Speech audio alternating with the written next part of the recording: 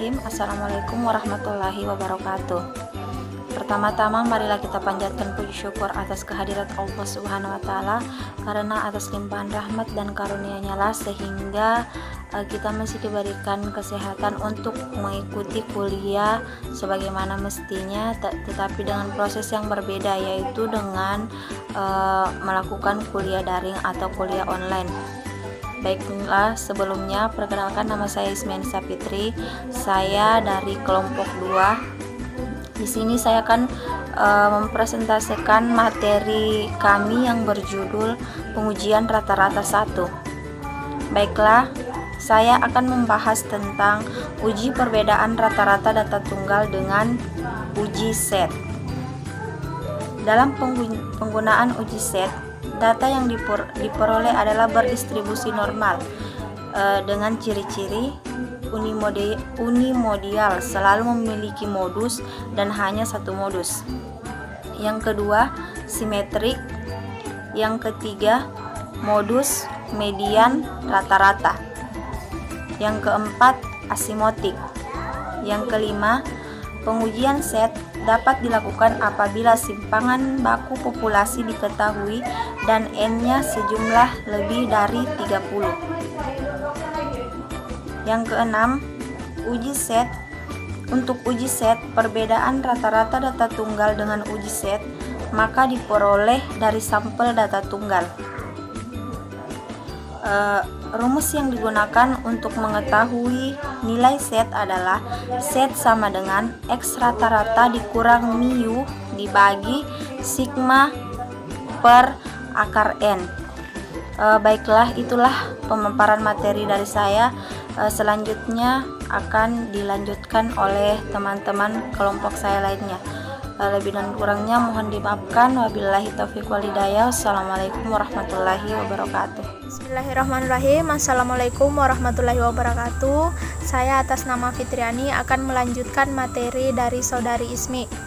Baik, dalam penggunaan uji Z derajat kebebasan adalah parameter fisika yang independen, biasa disebut dimensi. Dalam deskripsi formal merupakan keadaan suatu sistem fisika. Himpunan semua dimensi dari suatu sistem dikenal sebagai ruang fasa. Kemudian poin pertama, perlu diperhatikan karena simpang baku yang diketahui adalah simpang baku populasi. Simpang baku secara singkatnya itu mengukur bagaimana nilai-nilai data yang tersebar. Bisa juga didefinisikan sebagai rata-rata jarak penyimpangan titik-titik data diukur dari nilai rata-rata data tersebut. Kemudian poin yang kedua, nilai untuk pengujian satu sisi pada uji Z dengan delta 0,01, maka harga Z per tabel sama dengan 2,33, sedangkan pada delta 0,05 harga Z per tabel sama dengan 1,65.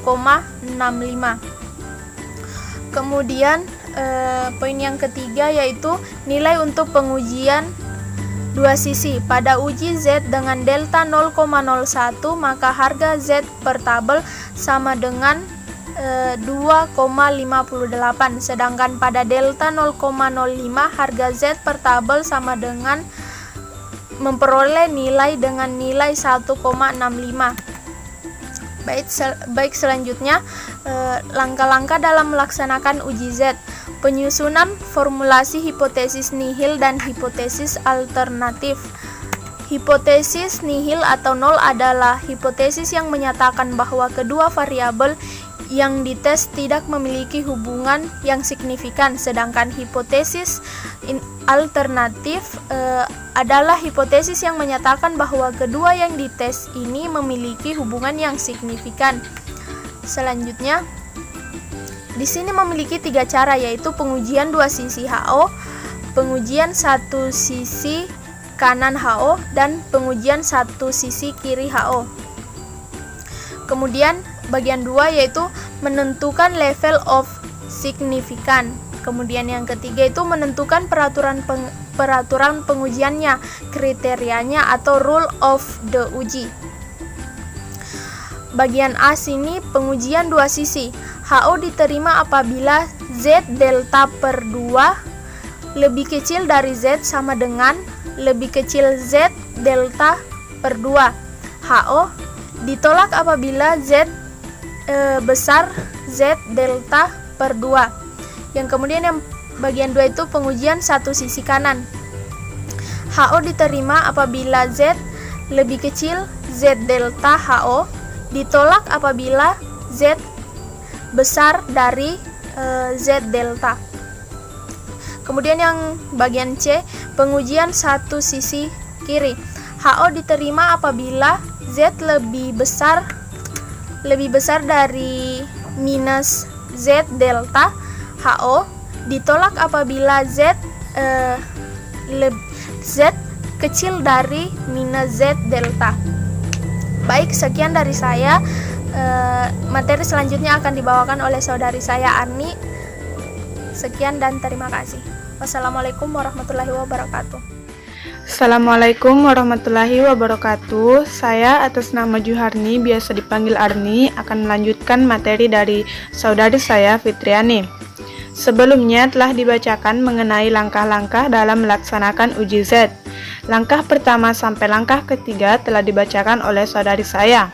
Selanjutnya akan saya bacakan langkah keempat, yaitu dari sampel random yang diambil kemudian dihitung dengan nilai Z, dengan dirumuskan bahwa Z sama dengan X rata-rata dikurang mu dibagi sigma dibagi akar N.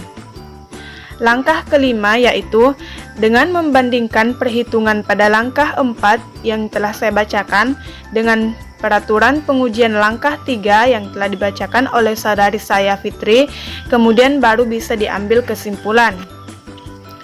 Untuk lebih jelasnya, saya akan membacakan sebuah contoh soal mengenai uji Z.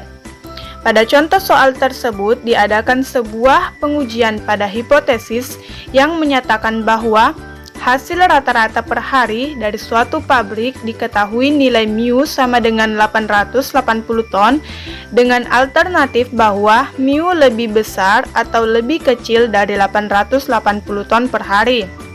Suatu sampel yang didasarkan pada N sama dengan 50 pengukuran.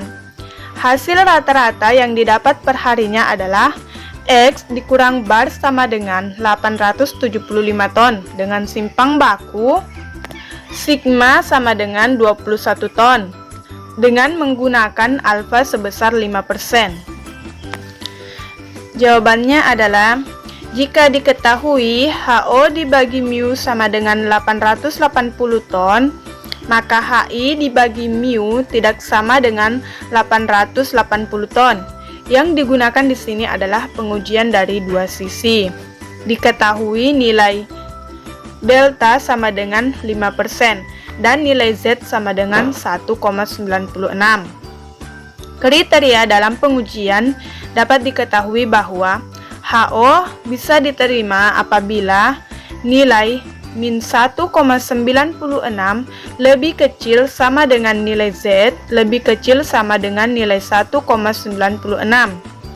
dan HO akan ditolak apabila Z lebih besar dari 1,96 atau nilai Z lebih kecil dari minus 1,96.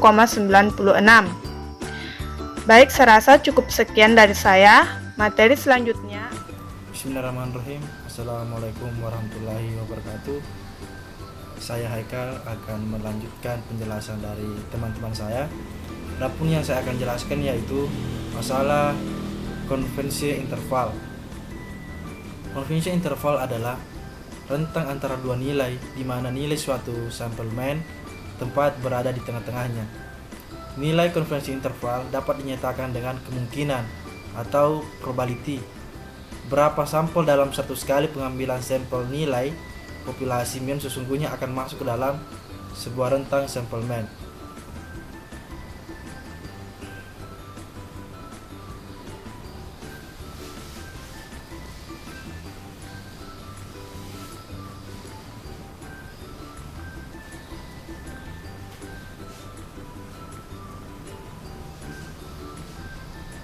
Kemudian uji perbedaan rata-rata data tunggal dengan uji T. Pengujian uji T dapat dilakukan apabila simpang baku populasi tidak diketahui dan hanya sejumlah lebih dari 30. Kedua, untuk uji perbedaan rata-rata data tunggal uji T, maka diperoleh dari sampel berpopulasi tunggal.